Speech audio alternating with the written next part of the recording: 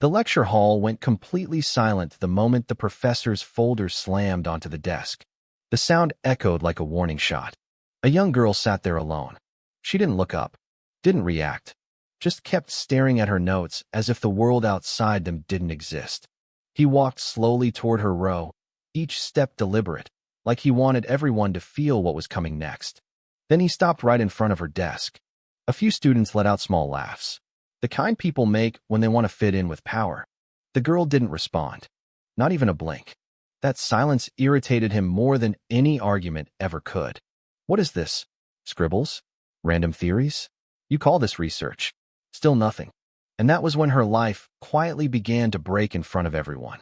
Her name was Alia, a scholarship student nobody truly noticed. She worked nights at a small, dim internet cafe on the edge of the city, fixing broken systems and cleaning tables until dawn just to afford transport to the university that treated her like an accident. She simply studied harder than anyone else in the room. But Alia didn't study like others. She rebuilt ideas from scratch in her mind. She solved problems before professors even realized they existed. But none of that mattered in this room. To them, she was just a charity admission, a mistake tolerated by the system. The professor turned away and walked back to the board, shaking his head. This university maintains standards, he said loudly. We don't entertain distractions. Then, without even looking at her paper, he picked up her assignment from the stack. He didn't read it. He simply dropped it onto her desk like trash. You didn't just fail, he said flatly. You're dragging the entire department down. Laughter again. Alia finally looked up. Not angry, not emotional, just observant. Like she was studying him now instead of the lesson. So he raised his voice even more. Students like you don't understand real research. You copy, you guess, you waste time. A silence followed. Alia slowly closed her notebook. And for the first time, she spoke quietly. One day, you'll understand it.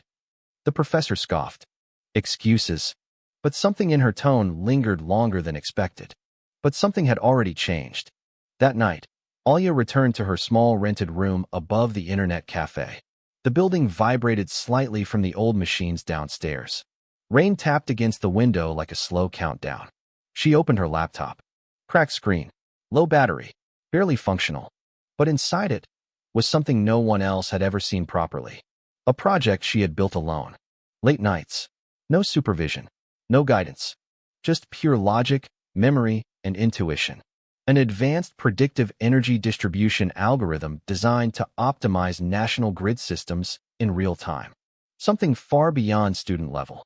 Something even senior researchers had failed to achieve. She had never officially submitted it. Only saved it in the university's internal backup system. Just in case. But what Alia didn't know was that just in case had already become already stolen.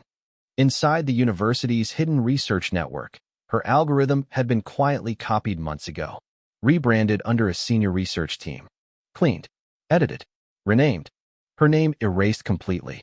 And now, it was preparing to become the foundation of a multi-billion-dollar international research grant, a grant that would be announced in less than a week. Alia stared at the code on her screen, unaware that the world was already preparing to celebrate her work without her.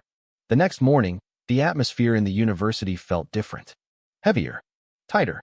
But Alia didn't notice at first, until she was called to the dean's office. No explanation. Just a short message. Report immediately. Expulsion notice. You are being removed from the university, he said without emotion. Your academic contribution does not meet required standards. The professor was there too, smiling faintly, like he had already won something no one else understood. Alia looked at the paper. No arguments. She simply took the pen and signed. As she turned to leave, the professor leaned slightly forward. You should have chosen something easier, he said quietly. Alia stopped at the door. Without turning back, she replied softly. The door closed. 3 days later, the world changed. A global technology news alert broke across every major platform.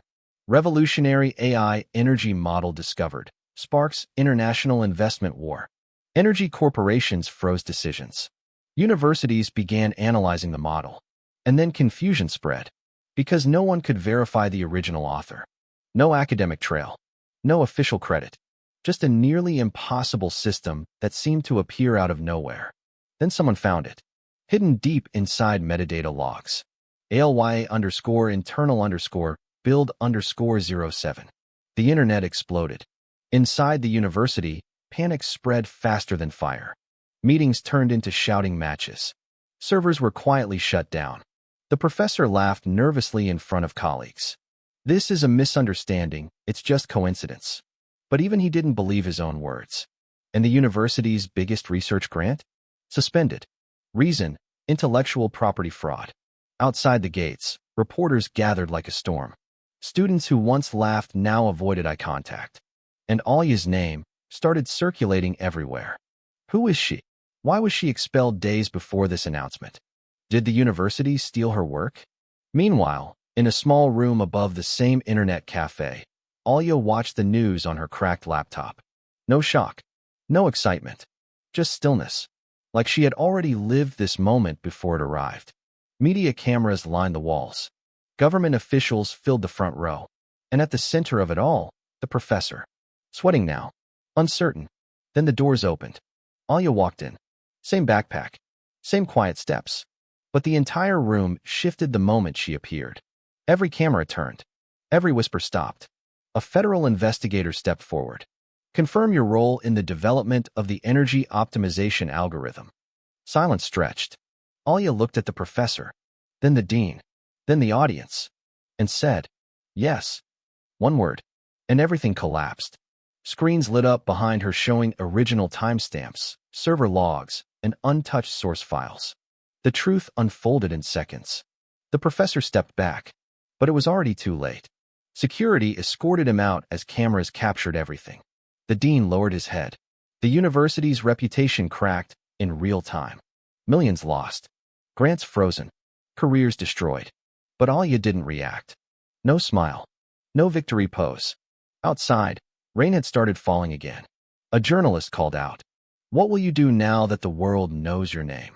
And said quietly, "I didn't do it for the world to know." Then she walked into the rain and disappeared. And for the first time, the system didn't erase her. It finally couldn't.